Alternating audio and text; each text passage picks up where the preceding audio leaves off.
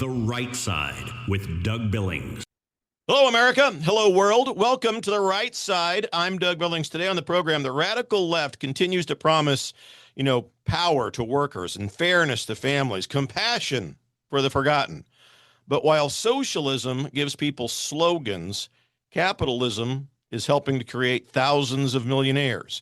Don't let what happened in New York trouble you. The radical left liberal movement and the commune socialist, formerly known as Democrat Party, is clearly now identified itself as an anti-American political movement. We're going to talk about this. We're going to talk about the difference, the real divide in America, dependency or ownership, resentment or opportunity. The right side is now upon you, ladies and gentlemen. Are you ready? Let's go. The Right Side with Doug Billings. We are not liberal snowflakes who melt away in the face of tragedy, adversity, and challenge. We are a covenant nation under God, and his divine providence is not dead and it's not gone. It is living within each and every one of you. And you will bring it to life in such a way that the world has never seen before. We never back down. We never give up. We march forward.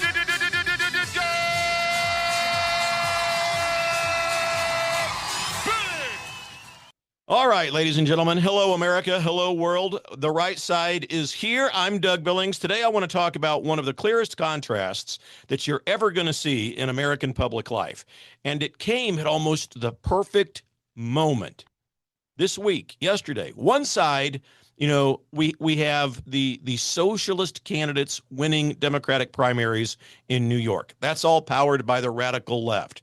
Celebrated by activists, applauded by the same people who've been telling young Americans, for example, that capitalism is cruel, success is suspicious, and government control equals compassion. Okay. On the other side, we have companies like SpaceX, a company that built by risk, invention, ownership, engineering, investment, labor, discipline, and American ambition, has created more than 4,400 employee millionaires. Okay.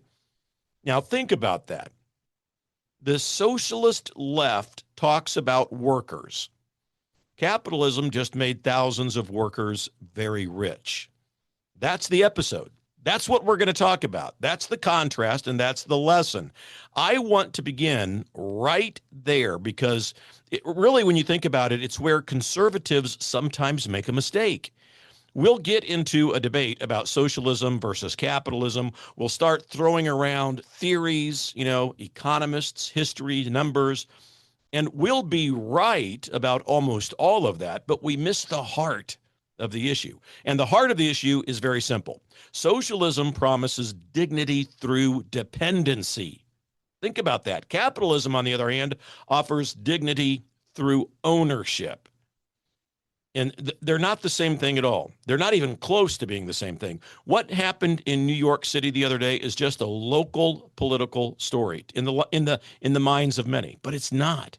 You see, it's not just another blue city primary. It's not just another, progressives had a good night headline. It's not that at all. It's a warning sign, and it tells us where the energy inside of the modern liberal movement is moving. And it's clearly not moving in what we once thought was the Democrat Party, or as I've called it since January of 2021, the commune socialist party, because the old Democrat Party is gone, folks. I've been saying it for 6 years, and it's not coming back.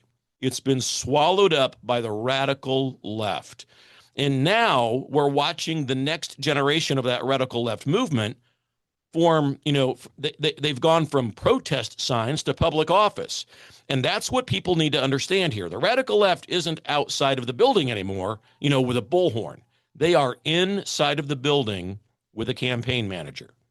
Say the radical left commune socialist, formerly known as Democrat Party, it has candidates now. It has donors. It has field operations. It has activist networks, media protection, social media amplification. It has university language. It's got a nonprofit infrastructure. It has a whole anti-moral universe that's built around the word and the concept of grievance. And now it has primary victories. All right. Zoran Mamdani He backs candidates in New York, candidates that win. Brad Lander beats Don Goldman. Other left-wing candidates take down establishment figures, all right? And the message goes out across the country. The socialist wing is no longer begging the old Democratic establishment for permission. It's replacing it, folks. Now, you all know how this gets packaged. They call it, affordability. They call the campaigns they run about justice and equity, and they call it grassroots democracy. They call it a movement for working people. But look, my friends, don't listen to only the label of these things. Look at the operating system underneath it. The operating system around and underneath the radical liberal movement in America is resistance. It's resentment. And the operating system says that America is guilty. The successful people out there are guilty. The private sector is guilty. Traditional families are suspicious. The police are suspect. Borders are immoral. Faith should be silent. Schools should belong to the experts. And wealth should be managed by the state. And the individual citizen, you and me, should become more and more dependent upon government permission. That's the worldview of the radical left. It's right out of their playbook. And here's the trap. Socialism never walks into the room and introduces itself as control. It introduces itself as compassion. It says things like, you've been hurt, or you've been ignored. Your rent is too high. Your job doesn't pay enough. Or to tell you that, your future's been stolen from you. And then it whispers the most dangerous sentence in politics. Let me run your life, and I'll make it fair. That's how this works, folks. Socialism takes real frustration and turns it into a political dependency. I mean, let's be honest. The frustration is real for a lot of people. Young Americans are looking at housing prices. They're wondering how in the hell they're ever going to own a house. Parents are watching grocery bills climb. Families are stretched. Wages don't always feel like they keep up, and college debt has crushed a lot of young people. You got big corporations sometimes treat workers like replaceable parts. Granted, government protects connected insiders. We see it every day. Washington spends money like a drunk with somebody else's credit card. So yes, people are frustrated, but the socialist doesn't heal the frustration. The socialist weaponizes it. That's the key. And once frustration becomes resentment, people become much easier to control. That's the plan. Because a resentful person doesn't ask, how do I build a better life? The resentful person asks, who should pay for my pain? Who's responsible for this? That's where the left wants the country to be. They don't want young Americans curious about how wealth is created. They want them angry that wealth exists. They don't want young people learning how ownership works. They want young people convinced that ownership is exploitation. And they don't want workers asking how they can get a stake in the future. They want workers voting for politicians who promise to manage the future for them. Now, place all of that next to the SpaceX story. It happened a couple of weeks ago, right? Because that's where the whole socialist argument runs into a brick wall called reality. SpaceX, after years of risk, all right, failure, explosions, invention, engineering, pressure, private investment, relentless work, it goes public, and the result isn't just that Elon Musk becomes richer. The result is that what the left will focus on, okay? They'll focus on Elon Musk getting richer. It's all about Elon Musk. How come he has so much? They can't help themselves, okay? They'll hear a story about thousands of workers becoming millionaires, and their first reaction will still be, but why does Elon have so much? Because envy is their native language. I'm telling you. But the real story is that thousands of current and former employees of SpaceX became millionaires because they held stock, all right? And I'm not talking about executives in nice corner offices, not just financiers, not just the people in the boardroom. I'm talking about SpaceX workers. technicians, engineers, cafeteria staff, janitors, administrative support staff, maintenance workers, people who helped build the thing. And that, ladies and gentlemen, is the moral beauty of capitalism when ownership is part of the equation. Socialism puts workers on posters. Capitalism can put ownership right in their hands. That's the difference. Socialism will tell workers, you're victims. Capitalism tells workers, you can be builders. Socialism will say, someone else has too much. Capitalism will say, what can we create that doesn't yet exist? Socialism will ask, who should be punished? Capitalism will ask, who can help us build something bigger? So, look, those are not small differences. Those are the entire difference between decline and renewal. And I want to say something here that matters. Defending capitalism doesn't mean defending every corporation. And it doesn't mean every CEO is noble. It doesn't mean that every business owner is virtuous. It doesn't mean that every market outcome is a perfect one. And it doesn't mean that greed doesn't exist. Of course, greed exists. But greed is not capitalism. Greed is a sin. And greed exists in every system. The difference is that capitalism, restrained by law and guided by virtue, gives ordinary people the opportunity to create, own, risk, serve, save, invest, and to rise. Socialism concentrates power in the state and tells you that, it's doing all of this for your own good. That's the part that they don't want you to notice. The socialist will say, we're going to take power away from the rich. Okay? But somehow the power never ends up with the people. It ends up with bureaucrats, with committees. It ends up with political managers, with agencies. And it ends up with people who produce nothing but rules and forms and punishments and speeches. And the worker gets slogans. The worker will get rationing. They'll get waiting lists. The worker will get a lecture about sacrifice from political elites who never seem to sacrifice quite as much as everybody else does. You ever notice that? That's the story of socialism every time that it's tried. It promises equality, but it only produces equal misery, except for the people in charge. Now, let me bring it all home in a practical way for you. You imagine two young men, all right? One young man is being raised in the grievance machine, okay? Every day he's told the system is rigged. He's told that America's rotten. He's told that rich people stole his future. He's told that work is exploitation, that business owners are predators. Government should provide for his needs, define his rights. Government should manage his health care. Government should regulate his speech and subsidize his life, forgive his debt, and government should punish people who have more than he does. Now, what kind of man does that produce? Does it produce courage? Do you think it produces discipline or gratitude?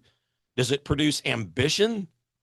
Does it produce a good father or a builder or a citizen? A man who can stand right up straight and say, in this republic, I've got responsibilities, not just demands.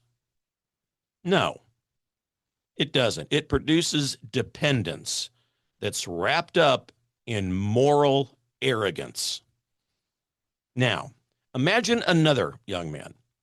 This young man is told that the world is hard and difficult, but not hopeless. He's told that America is imperfect, but extraordinary. And he's told work has dignity. He's told that wealth is created by solving problems for other people. He's told ownership matters.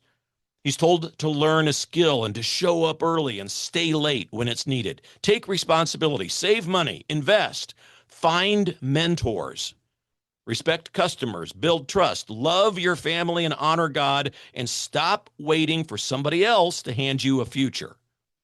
Now, what kind of man does that produce? It produces a builder. And my friends, America needs builders. We need builders in business, in families, in churches. We need builders in schools, in politics, in media. We need builders in our neighborhoods. We need people to look at the broken things and say, you know what, that can be fixed. The socialist looks at broken things and says, that proves I need more power.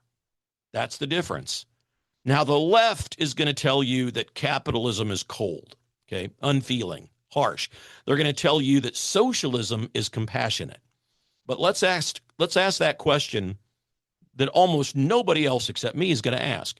What is more compassionate?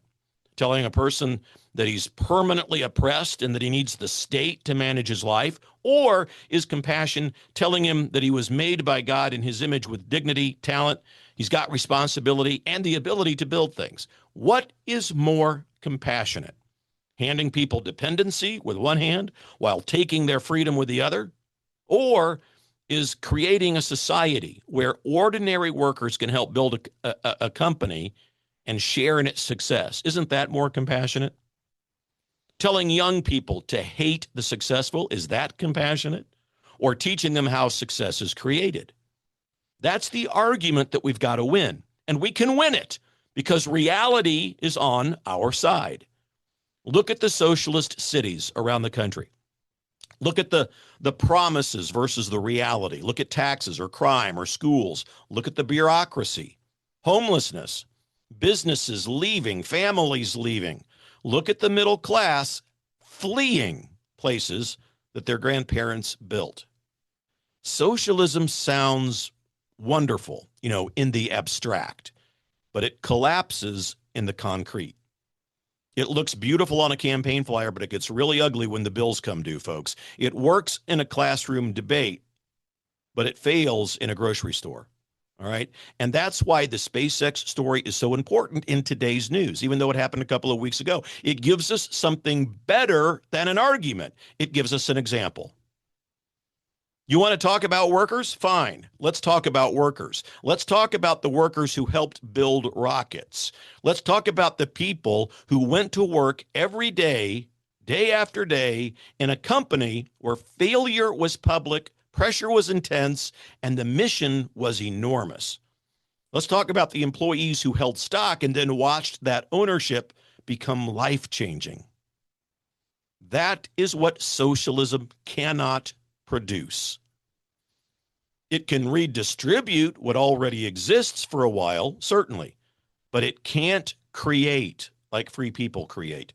And that phrase matters, free people, okay? Because capitalism without freedom becomes cronyism. And capitalism without virtue becomes exploitation. Capitalism without competition becomes monopoly. And capitalism without law becomes corruption.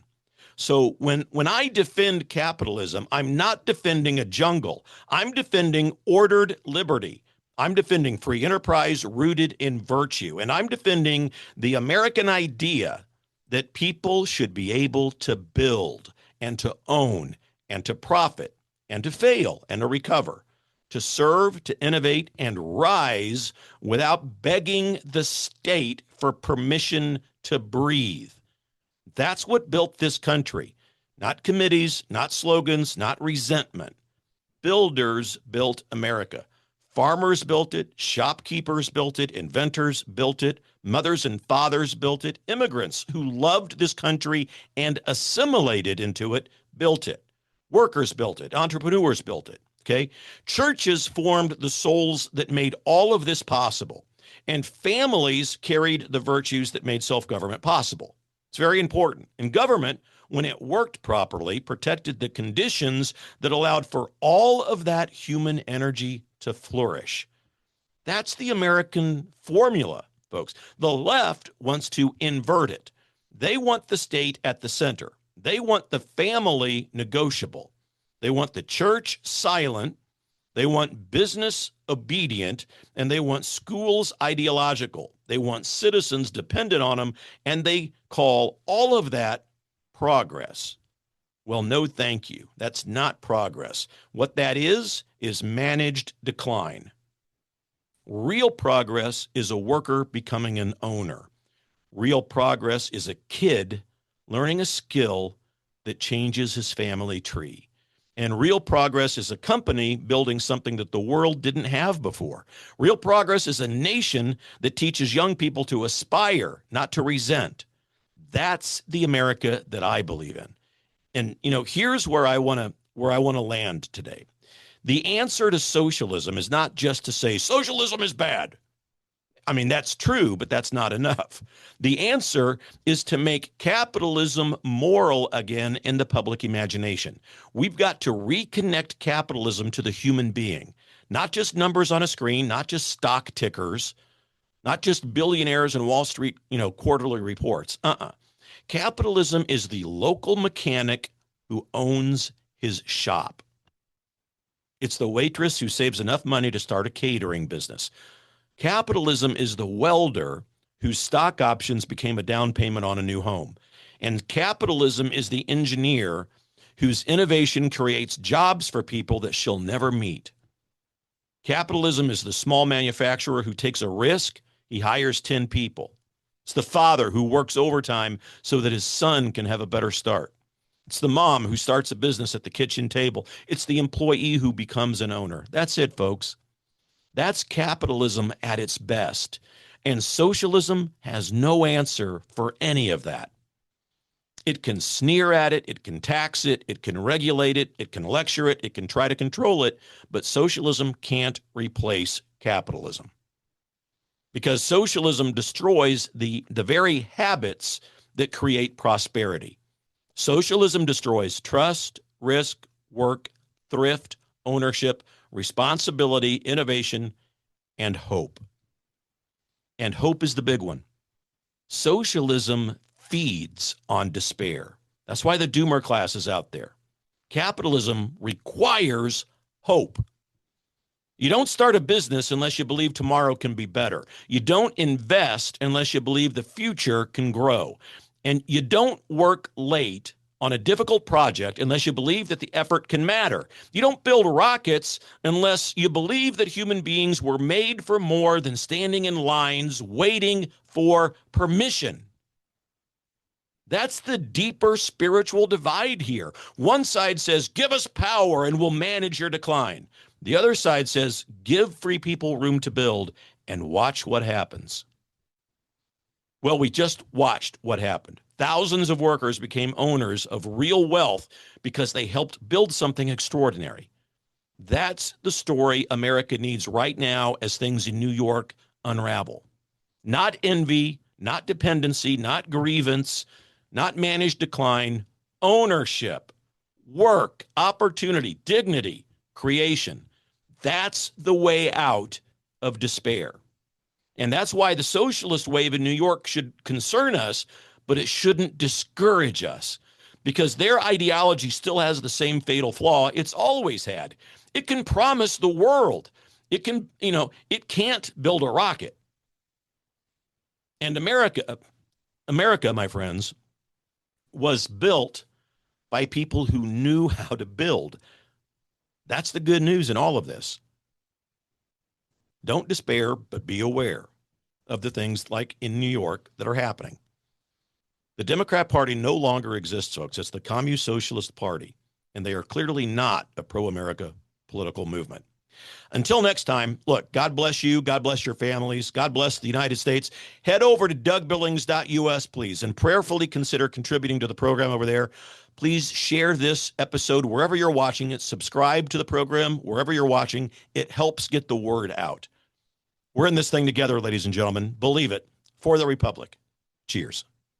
The Right Side with Doug Billings.